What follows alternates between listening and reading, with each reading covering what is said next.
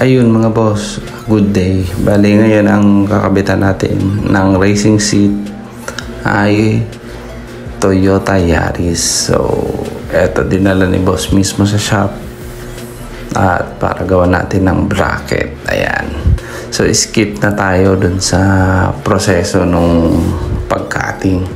So, dito mga boss, ang ginagawa ni Kent ay tinatabas namin yung mismong area na malapit dun sa may sa may jack niya, kasi sa ilalim ng driver side dun nakapwesto yung mismong scissors jack ng sasakyan.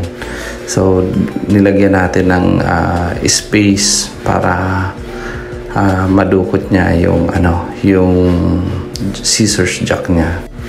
Okay, and then proceed na tayo sa painting. Bale, ang gamit naming paint dito ay yung boss nilang, kasi mas mabilis siyang matuyo, mas mabilis siyang gamitin.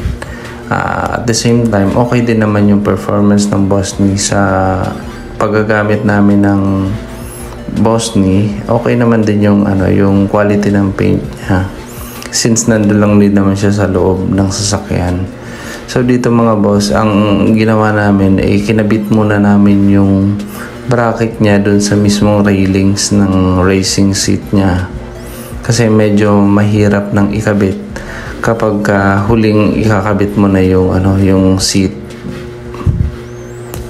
Okay. So ayun, dito ibinabolt na namin. Ayan, sinisipat-sipat na ni bossing. Tinitingnan yung yung gawa natin, quality check pa. So ayan, inaanan ni Kent, ibinabolt na. Dito mga boss, mabusisi kasi din yung paggawa ng ganitong bracket, kasi kailangan mo siyang ipostura ng tama, dapat eksakto, kasi ang ang positioning niya pag nakakabit na limited yung yung space niya para sa dalawang gilid magkabilaan.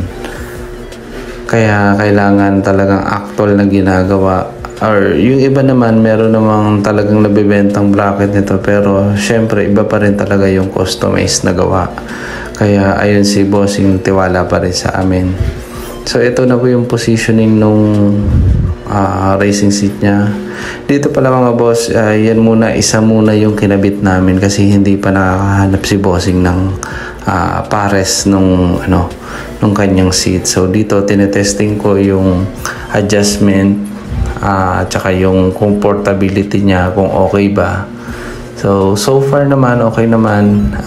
Yung spacing ng seat, kagaya ng sinasabi ko kanina, ayan, limited lang mga boss, pero hindi yan nasabit.